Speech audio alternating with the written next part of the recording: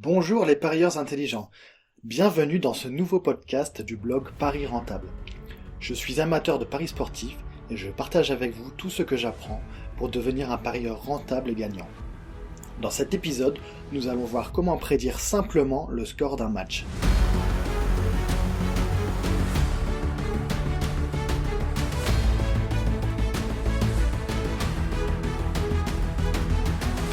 C'est parti.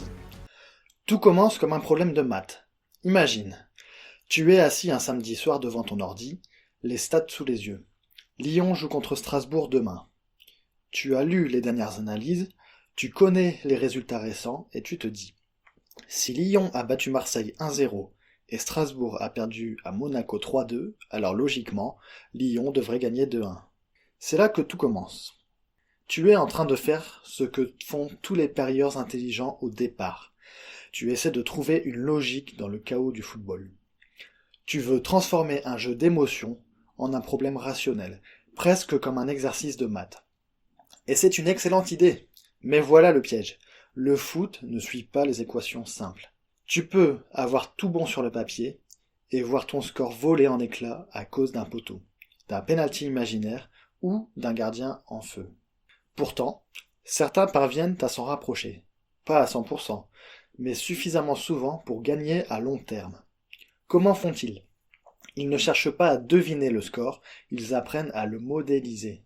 Dans ce podcast, nous allons voir pourquoi ton raisonnement logique est une excellente base, mais aussi ce qu'il te manque pour qu'il devienne scientifiquement crédible.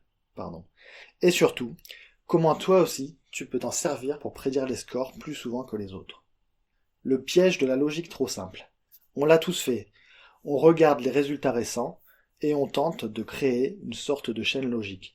Lyon a battu Marseille, Marseille a battu Strasbourg, donc Lyon devrait battre Strasbourg. Sur le papier, ça semble évident.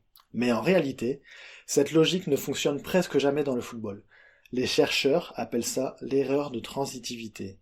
Croire que si A plus grand que B et B plus grand que C, alors forcément A sera plus grand que C. C'est une logique parfaite pour les maths, mais pas pour un sport où un ballon peut rebondir sur une pelouse humide ou un joueur rater une passe à cause du vent. Exemple concret. Prenons la saison 2023-2024. Nice a battu Paris, Paris a écrasé Monaco et Monaco a battu Nice. Qui est le plus fort ? Impossible à dire. Les résultats s'annulent entre eux.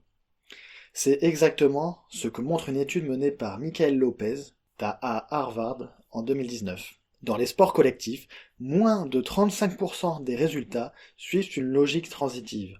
Autrement dit, les scores ne forment pas une chaîne logique mais un réseau chaotique. Pourquoi ça ne marche pas ? Le football dépend de dizaines de facteurs invisibles dans les résultats bruts. Par exemple, la tactique. Certaines équipes sont fortes contre les blocs bas, d'autres non. Ou encore le style de jeu. Lyon peut dominer les équipes qui jouent haut, mais galérer contre celles qui défendent à 10. Ou encore la motivation. Strasbourg à Paris n'a rien à voir avec Strasbourg à Clermont. Et bien sûr, le hasard. Une frappe contrée, un carton rouge, un poteau, une erreur d'arbitrage. C'est pour ça qu'un résultat isolé n'a presque aucune valeur prédictive. Mais si on regarde les tendances, le nombre moyen de buts marqués, encaissés, la régularité, on commence à avoir quelque chose de beaucoup plus stable.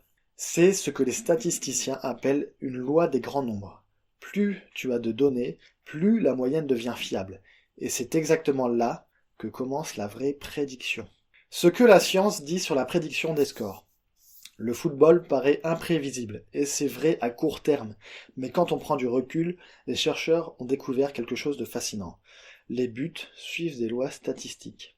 Autrement dit, si tu regardes 1000 matchs, le nombre de buts n'est pas aléatoire.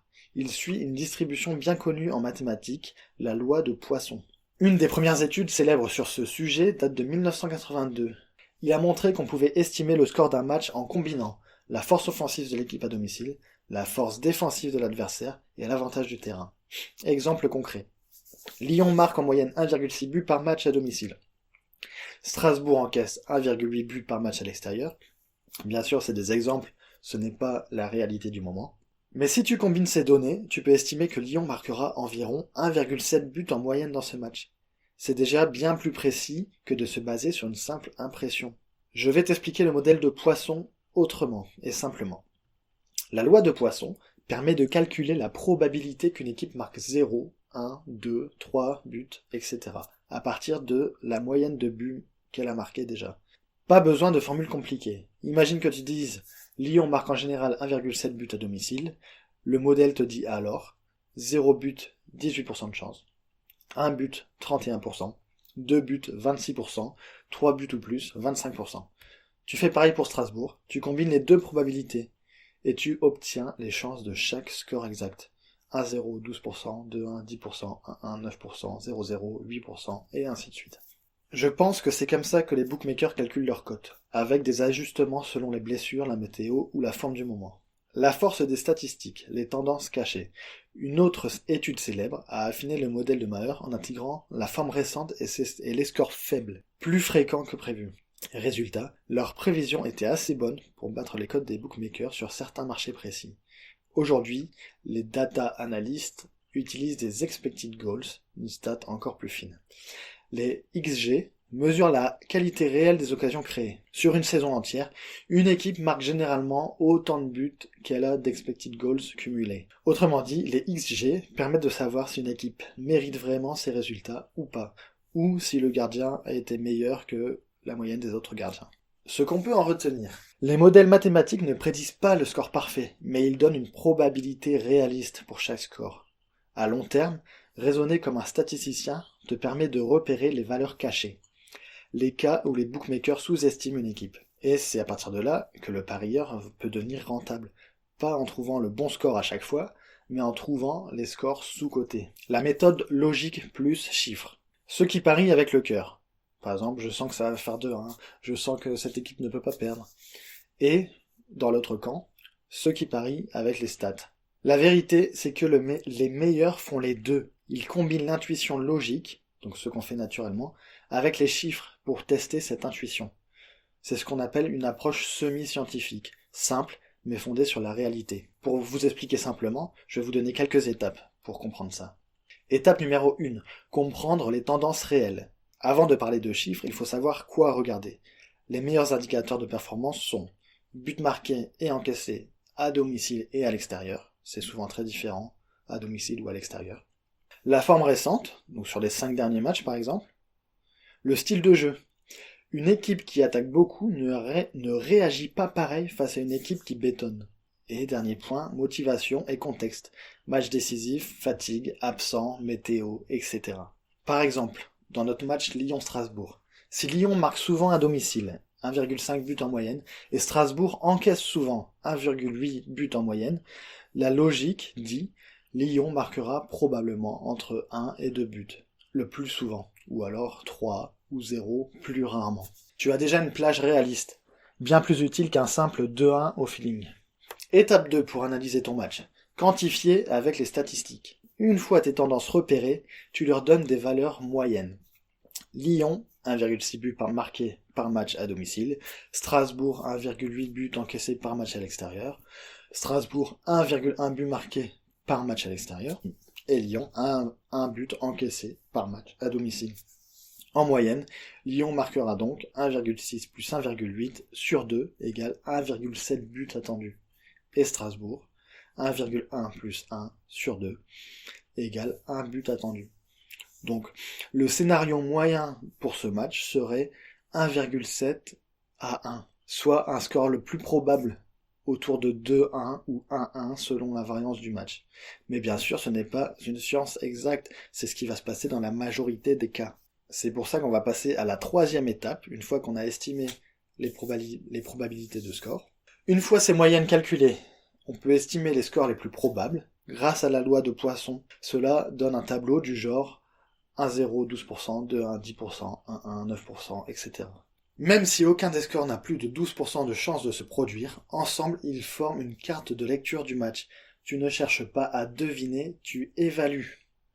Ce qui nous amène à l'étape 4. Parier intelligemment, c'est chercher la value, ce qu'on appelle la value bet, ou la valeur.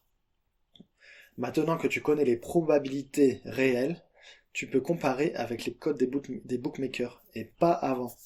Exemple, si le 1-0 est coté à 9, soit une probabilité implicite de 11%, et que ton modèle estime qu'il a 12% de chance, alors tu as une valeur cachée, une value bet. C'est ce qu'on appelle un pari rentable à long terme. Tu ne gagneras pas à chaque fois, mais sur 100 paris de ce type, tes gains dépasseront tes pertes. C'est exactement la logique qu'utilisent les traders sportifs et les data analystes pros. En résumé, les 4 étapes. 1. Comprendre les tendances. Domicile, forme, style de jeu. 2. Quantifier avec les statistiques. Moyenne de buts marqués et encaissés, à domicile et à l'extérieur. 3. Estimer les probabilités de score. Loi de Poisson simplifiée. 4. Parier intelligemment sur la value. Comparer tes probabilités avec les cotes. Peut-on vraiment prédire un score exact ? C'est la grande question que tout parieur se pose. Après avoir observé, calculé, comparé, on aimerait croire qu'il existe une formule magique. Mais soyons honnêtes, non, on ne peut pas prédire le score exact d'un match avec certitude. Et c'est justement pour ça que l'on regarde le football et que le football reste passionnant. Il ne pourra jamais être prédit. Le football, c'est de la variance pure. Même les meilleurs modèles mathématiques au monde, ceux utilisés par les bookmakers ou par les analyses scientifiques, se trompent tout le temps sur le score exact. Mais ils ne cherchent pas à avoir raison à chaque match, ils cherchent à avoir raison plus souvent que la probabilité moyenne. Exemple, si ton modèle estime que le 2-1 a 10% de chance de se produire et que la cote proposée te laisse une probabilité implicite de 8%, tu as un petit avantage. Cet avantage, répété sur des centaines de paris, fait la différence. C'est ce qu'on appelle jouer les probabilités, pas les émotions. Les parieurs professionnels ou les traders de cotes ne se demandent pas quel sera le score, ils se demandent quelle est la probabilité que ce score arrive, et la cote vaut-elle le risque. Ils travaillent avec des modèles de probabilité qu'ils ajustent selon les XG, les absents, le style de jeu, la météo, etc., etc. Leur but n'est pas d'être devin, leur but c'est d'être rentable à long terme. Ce que toi tu peux faire différemment. Tu n'as pas besoin d'un ordinateur ni d'un diplôme d'analyse scientifique pour penser comme eux. Tu peux déjà 1. Observer les tendances, pas les émotions. 2. Utiliser la logique pour comprendre les forces et faiblesses des équipes.